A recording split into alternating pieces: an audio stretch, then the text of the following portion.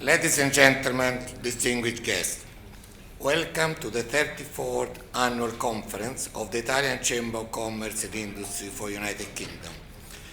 This year we welcome here in this, I think, significant place. We have changed because I think in the world that change continuously, you have to change venues as well. But I think to have chosen this venue, it's also significant. Coming here, I saw the tradition. I saw young students going to school. As you know, here there are two schools, Westminster Choir.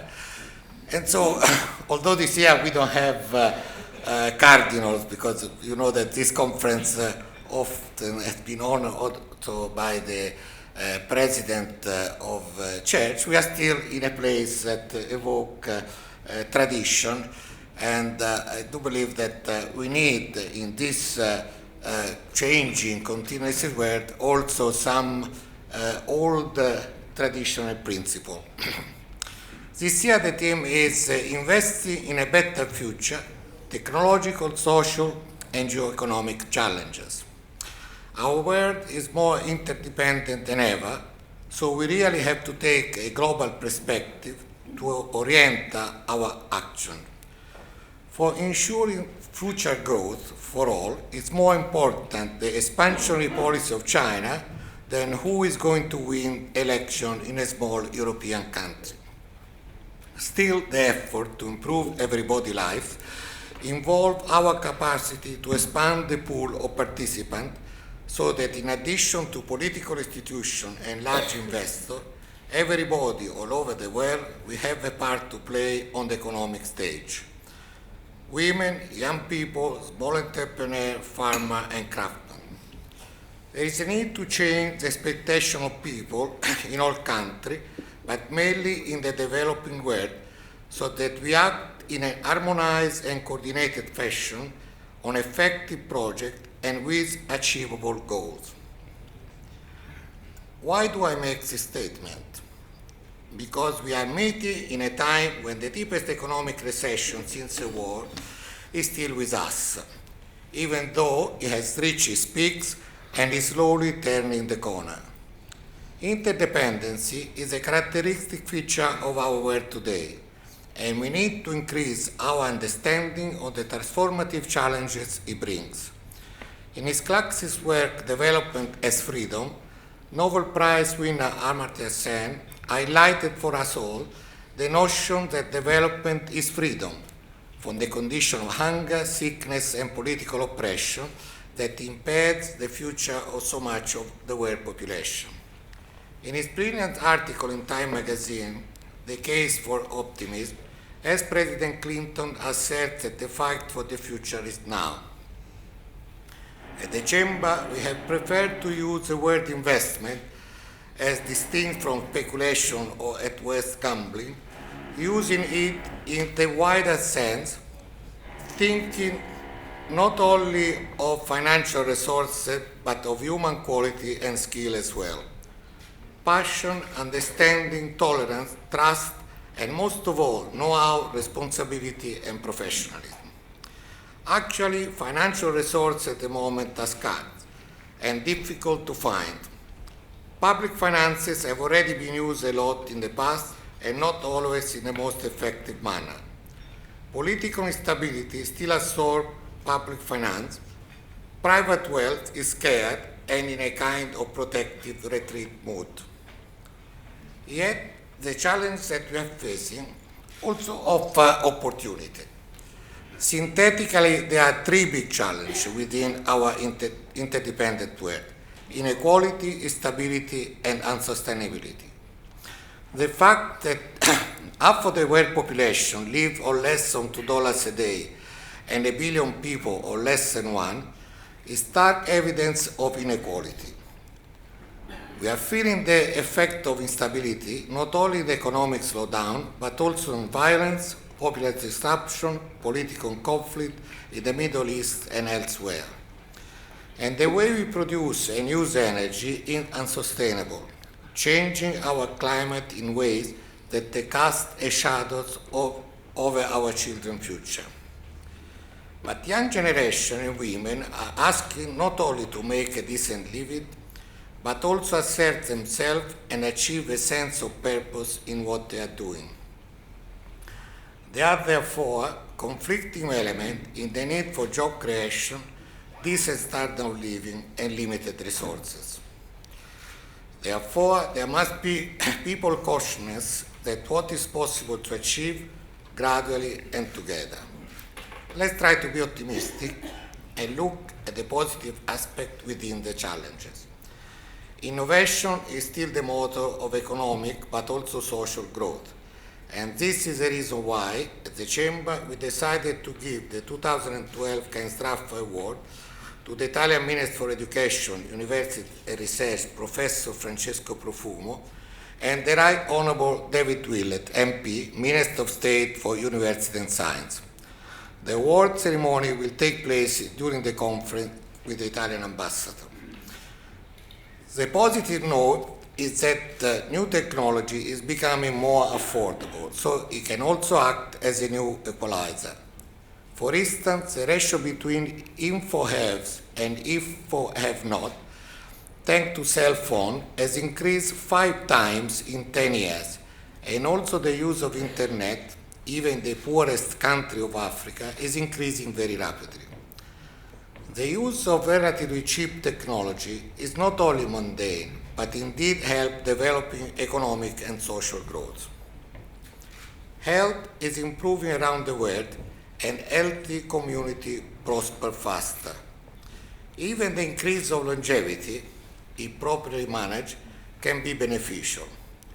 Biotechnology, nanotechnology, IT, clean energy are the sector that, in cooperation with the Italian Bank and the scientific attaché of the Italian Embassy, Professor Roberta Mendolia, the Chamber is trying to follow, establishing contact between the Italian University and Research Centre and their British counterpart. We believe that green energy equals good business and can create jobs. Furthermore, reason for optimism can also be derived from the fact that in the last decade there has been a 50% reduction in the number of people killed by war, civil war, and terrorism. More than 80 countries are growing even now at over 4% a year, and the global economy will grow 20% faster next year than this year, according to a recent Harvard University presentation.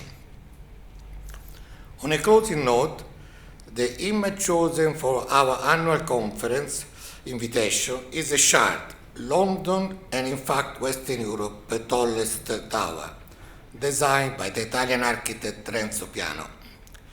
Architect critic Nikolai Urusov said of this work that the serenity of this best building can almost make you feel that we live in a civilized world.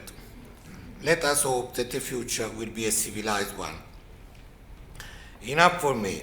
Let's move to our excellent speaker, who I'm sure will provide us with insight into the difficult challenges our topic presents. In this regard, I would like to thank the organizing committee and the members of the board of the Chamber for their continuous support and effort in identifying a topic which so aptly relates to the time in which we are living. Aside from having selected a good title for our conference, we at the Chamber are very proud of the excellent panel we have assembled. This year we have 6 speakers, 4 gentlemen and 2 ladies, whom I like to thank for dedicating their precious time to us. As usual, we are delighted to have 2 chairmen, Robert Leonardi, visiting professor of Luis Guido Carli University, and Tony Barba, European editor of the Financial Times, who will introduce the speaker and lead and stimulate the discussion. At lunch, we are privileged to have as a guest of honor Dr. Sergio Marchionne. As always, you will find biographical note about the members of the panel and the guests of honor in the conference brochure, along with the seating plan for lunch. So, without any further ado, and before I give the floor to Professor Renard, may I ask Your Excellency, Italian Ambassador, to address us. Thank you very much.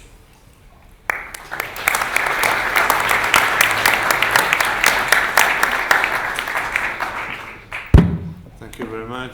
A very good morning to you, to everybody, ladies and gentlemen. Many of you are familiar with the Banking and Industry Conference, which is an important and useful forum for an appraisal of the Anglo-Italian economic relations, as well as for an exchange of experience and best practices between the two countries. The conference reaches today its 34th edition, and I can consider myself a veteran somehow of such a conference, having been already here for 3 times. This year, the conference is also hosting the Keynes Sraff Award, which gives a special recognition to personalities of our two countries who distinguish themselves in enhancing Italy and United Kingdom relationship in the economic, social, and academic fields. And this year, the prize goes to two personalities, Minister Francesco Profumo and the Right Honourable David Williams, who contributed and are still contributed in a very concrete and effective way to such relations, and to whom goes a special thanks from myself and all this distinguished audience. And I would like to make an applause to them since they are receiving this award.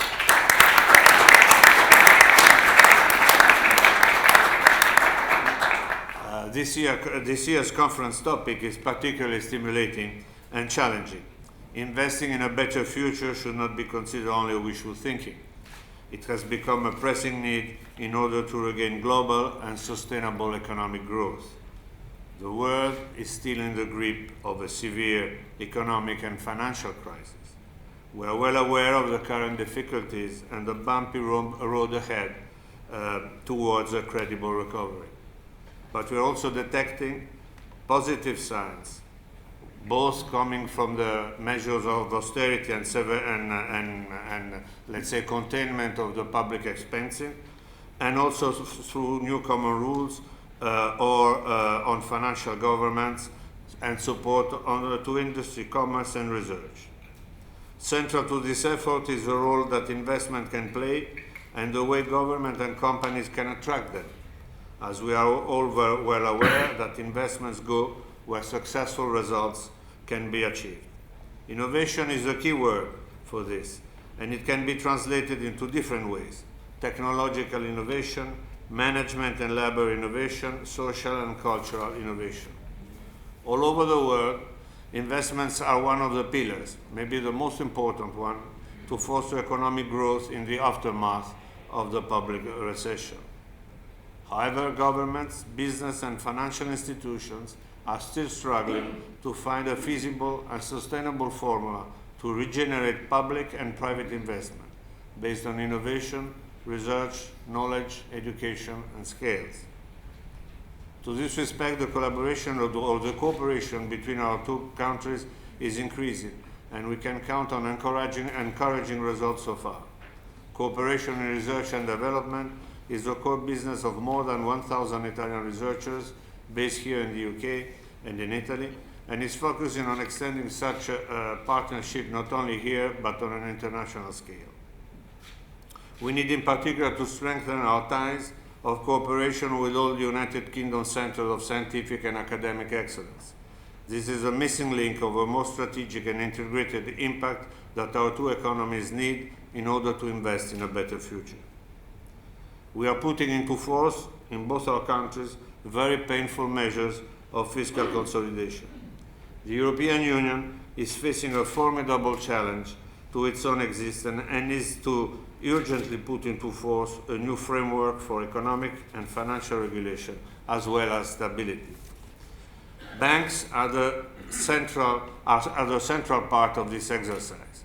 They desperately need recapitalization and are requested to devote more and better quality resources to serve their social contribution, abandoning previous reckless attitudes towards speculation. Governments need to act quickly and deeply, and within the Eurozone with a very solid unity of intent. Only by doing so, and by doing so very quickly, a brighter future for the young generation of today will be preserved. I'm sure that given the level of the panel, that today's debate will explore these features fully and in a stimulating manner. I'm also pleased to say that also this year the Banking Conference may benefit from the very healthy state of the British-Italian economic relations. And on this note, I thank you for your attention and I wish you a very fruitful and successful conference. Thank you.